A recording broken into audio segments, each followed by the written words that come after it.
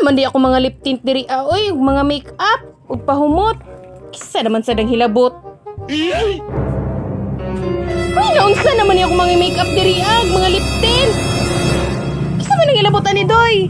Putla oy! Buto na sila Axel! Dolar kita diri Asa man sila Axel? Tara, ilag kasi! Antay lang gini mga bataan ni karon nang hilabot jud sila sa kuang gamit. Axel, ikaw man ang labot sa akong mga lip tint ug mga make-up. Wala oy! Nagdolar oy diri Asa man nang hilabot? Ano? Asa chan-chan? Ikaw man ang hilabot san? Buto na sila ko diri sir Grabe jud ni mga bataan ni oy. Kuya, asa ikaw mo man nang hilabot sa akong mga gamit ito mga lip tint nako?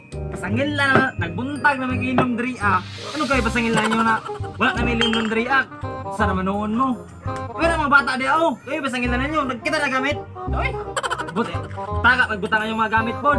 Diri kay makasabot. Masabot na ba ako may nun? Hindi na sa tingin. Sumilong diri. Tay pasangil na na ino muna. Asay ko bitang nila. Siyempre.